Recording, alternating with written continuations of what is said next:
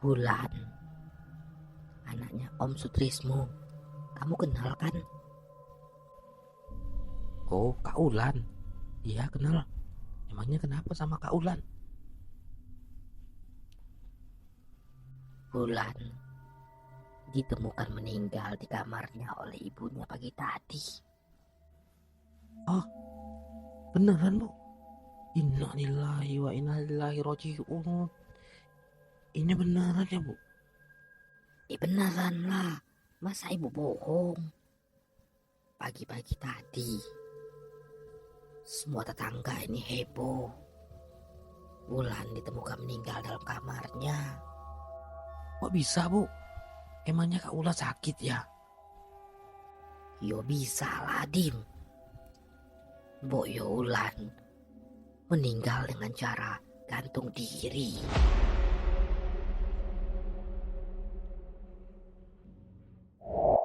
Halo sobat semua. Selamat datang kembali di channel Jejak Misteri bersama saya Irwan di segmen Voice Mystery. Di episode kali ini, kita akan membahas sebuah cerita horor yang kembali dikirimkan oleh salah seorang sobat Jejak Misteri kita. Cerita ini mengisahkan tentang teror arwah gentayangan dari seorang gadis yang meninggal dunia dengan cara gantung diri. Narasumber yang mengirimkan cerita ini adalah Dimas, seorang sobat jejak misteri yang tinggal di daerah Klaten, Jawa Tengah. Sebelum lanjut ke dalam kisah, seperti biasa, bagi sobat yang baru bergabung di tayangan channel Jejak Misteri, ada baiknya sobat mengklik terlebih dahulu tombol subscribe dan jangan lupa aktifkan juga notifikasi loncengnya agar sobat tidak ketinggalan update cerita terbaru di channel Jejak Misteri. Kisah ini bermula sekitar tahun 2010 yang silam. Ketika itu, Dimas masih duduk di bangku sekolah menengah atas di kelas 3. Pada waktu itu, suasana desa tempat tinggal Dimas sangat mencekam. Hampir seluruh warga desa merasakan teror yang tak kunjung reda dari sosok arwah wanita yang gentayangan. Bayangkan, malam-malam di desa itu begitu sepi dan sunyi. Bahkan Dimas dan teman-temannya enggan keluar rumah setelah matahari terbenam. Ketika malam tiba, suasana yang sebelumnya tenang berubah menjadi sangat mencekam.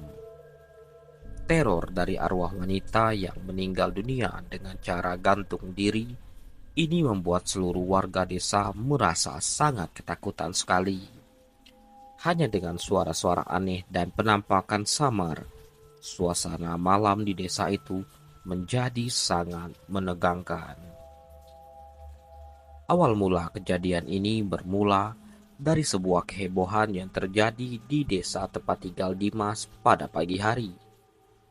Suasana pagi yang biasanya tenang, tiba-tiba saja diramaikan oleh berita mengejutkan dari sebuah rumah yang terletak tak jauh dari rumah Dimas, sekitar 3 rumah jauhnya di seberang jalan lintas. Hari itu, warga desa dihebohkan oleh kasus gantung diri seorang gadis yang bernama Wulan, yang usianya 3 tahun lebih tua dari Dimas. Namun, nama Wulan adalah nama samaran di dalam kisah ini, sengaja disamarkan atas permintaan dari narasumber yang mengirimkan cerita ini. Lanjut ke dalam kisah. Dimas sangat mengenal Wulan karena gadis ini tinggal di rumah yang disebutkan tadi yang tak jauh dari rumah Dimas. Berita tentang kematiannya menyebar dengan cepat di kalangan warga desa dan tetangga-tetangga sekitar rumah tersebut, memicu rasa penasaran dan ketakutan yang sangat mendalam, apalagi Dimas yang kejadian ini terjadi begitu dekat dengan tempat tinggal dari Dimas. Pagi itu, suasana desa mendadak heboh dengan berita mengejutkan tentang Wulan.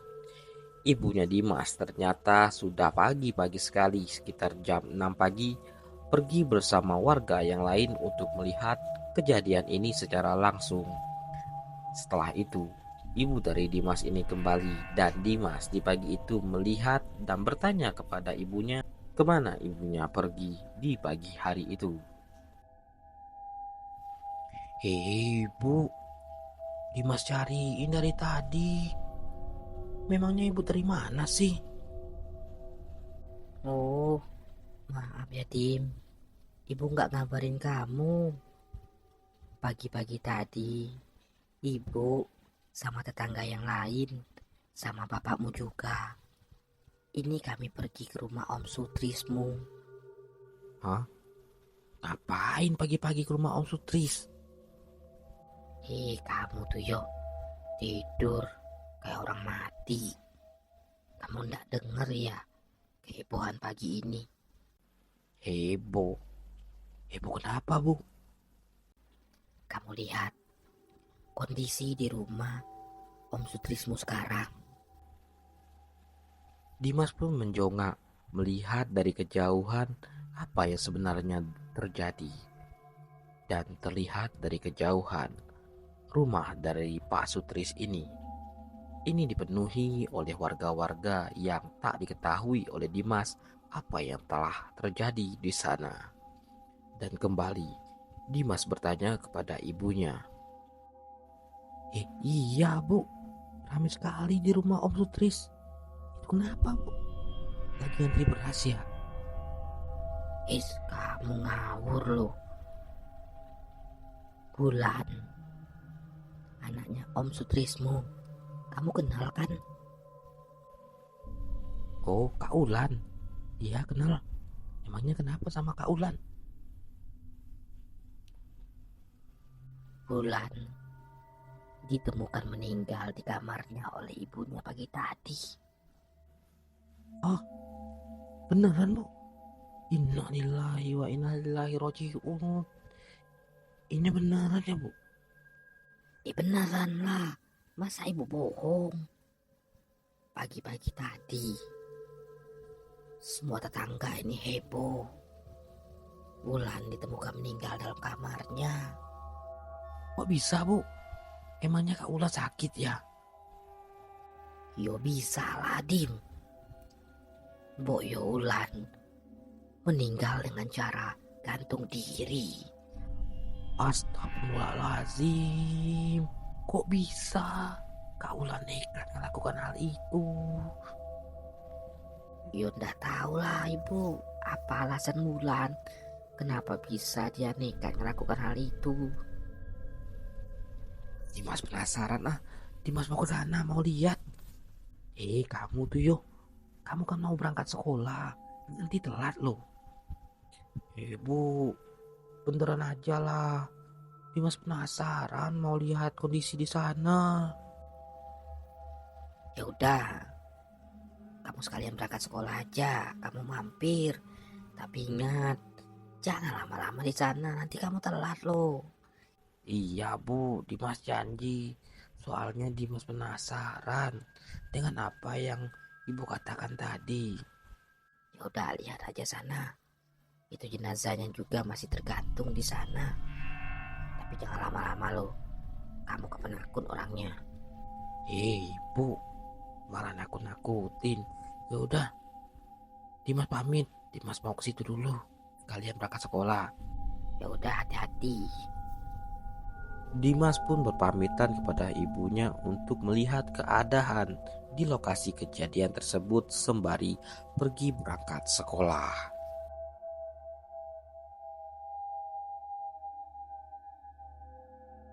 Di pagi itu, Dimas menyempatkan diri untuk melihat langsung kondisi rumah Om Sutris tempat kejadian meninggalnya Wulan anak Om Sutris. Rasa penasaran membawa Dimas ke lokasi kejadian, walaupun suasana hatinya ini bercampur aduk antara terkejut, khawatir, dan juga sedih. Sesampainya di sana, suasana rumah sudah dipenuhi oleh kerumunan warga desa yang juga ingin melihat kejadian tragis tersebut. Orang-orang berdesakan di halaman dan pintu rumah, membuat Dimas kesulitan untuk bisa mendekat dan melihat langsung kondisi jenazah dari Wulan.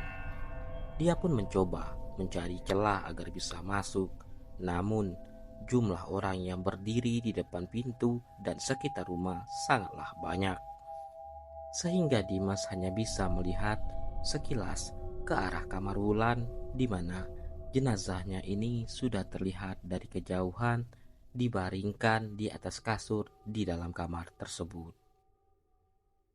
Dimas merasakan suasana yang begitu mencekam. Isak tangis terdengar samar dari dalam rumah, dan wajah-wajah para warga yang berdiri di sekitar tampak sangat muram. Sementara itu, bisikan-bisikan tentang apa yang mungkin menyebabkan Wulan mengambil jalan tragis ini mulai terdengar dari mulut ke mulut warga yang melihat. Namun, tidak ada yang benar-benar tahu apa yang sebenarnya terjadi. Perhatian Dimas kemudian tertuju pada sesuatu yang membuatnya merasa semakin tidak nyaman. Tali yang digunakan Wulan untuk mengakhiri hidupnya masih tergantung di kayu penyangga yang ada di bagian atas rumah. Dimas memperhatikan bahwa Wulan mungkin dengan mudah mengaitkan tali itu karena rumahnya belum dipasangi plafon. Kayu-kayu penyangga di langit-langit rumah masih terbuka, membuat tali itu mudah terikat di sana. Di tengah kerumunan, Dimas mendengar beberapa warga yang berbisik membicarakan tentang kematian Wulan. Salah satu dari mereka berkata dengan nada yang pelan, "Biasanya orang yang meninggal seperti ini belum ikhlas untuk mati. Bisa jadi loh arwahnya gentayangan. Hits, kamu boyo hati-hati kalau ngomong." Mendengar ucapan dari salah satu warga tersebut, bulu kuduk Dimas di sini agak sedikit meremang. Rasa cemas mulai merayap di dalam hatinya. Pikirannya dipenuhi oleh bayangan tentang apa yang akan terjadi setelah ini. Apakah benar Wulan akan gentayangan dan mengganggu desa ini? Terkejut dengan waktu yang berlalu begitu cepat, Dimas segera melihat jam tangannya. Astaga, sudah jam 8 lewat. Waduh, telat aku. Pukul 8 pagi sudah lewat, yang berarti Dimas sudah sangat terlambat pergi ke sekolahnya. Dengan perasaan yang semakin gelisah, dia pun bergegas menuju persimpangan jalan untuk mencari tukang ojek yang bisa mengantarnya ke sekolah. Namun, setelah menunggu sekitar 10 menit lamanya di pangkalan ojek tersebut, tidak ada satupun tukang ojek yang terlihat di sana. Jalanan yang biasanya ramai di pagi hari mendadak terasa lebih sepi. Mungkin karena semua orang masih berkumpul di rumah Om Sutris melihat kejadian Wulan yang meninggal dunia dengan cara gantung diri. Merasa tidak ada pilihan lain, Dimas memutuskan untuk kembali ke rumah dan tidak pergi ke sekolah. Sesampainya di rumah, Dimas langsung menemui ibunya dan berkata, "Bu, Pak, aku nggak jadi sekolah. Udah telat banget soalnya. Tadi nggak ada ojek sama sekali di pangkalan." Ibu dari Dimas ini pun menoleh ke arah jam dinding yang berada di ruang tengah rumah tersebut. "Ya ampun, sudah jam 8 lebih. Ya wis, kalau begitu kamu di rumah saja. Toh suasana desa juga sedang nggak kondusif." "Iya bu, suasananya memang aneh. Sepi sekali tadi di jalan." Meskipun kembali ke rumah, rasa penasaran Dimas belum juga bisa menghilang. Dia terus teringat dengan apa yang dia dengar dari warga tentang arwah orang yang meninggal gantung diri. Rasa penasaran itu semakin kuat hingga Akhirnya dia bertanya kepada ibunya. Bu, tadi aku dengar loh warga bilang kalau orang yang meninggal gantung diri itu arwahnya bisa gentayangan. Beneran nggak sih bu? Wallahu alam Dim. Hanya Tuhan yang tahu. Kita nggak bisa memastikan hal-hal seperti itu. Yang penting kita doakan saja agar Wulan tenang di sana dan kematiannya tidak membawa sesuatu yang buruk untuk desa ini. Meskipun ibunya memberikan jawaban yang bijak, Dimas tetap merasa cemas. Pertanyaan tentang apa yang akan terjadi setelah kematian Wulan terus menghantui pikirannya. Apakah benar Wulan akan gentayangan? Dan apa yang akan dialami desa ini setelah kejadian tersebut? Namun cerita ini tidak berakhir di sini. Teror yang dirasakan oleh warga desa pasca kematian Wulan baru saja dimulai. Dan akan ada banyak hal yang harus dihadapi warga desa. Cerita ini akan berlanjut di part kedua. Di bagian berikutnya, semua teror yang dialami oleh warga desa akan diceritakan dengan lebih mendetail. Jangan lupa untuk menyaksikan kelanjutan kisah ini besok malam pukul 18.30 hanya di channel YouTube Jejak Misteri. Sampai jumpa di bagian kedua.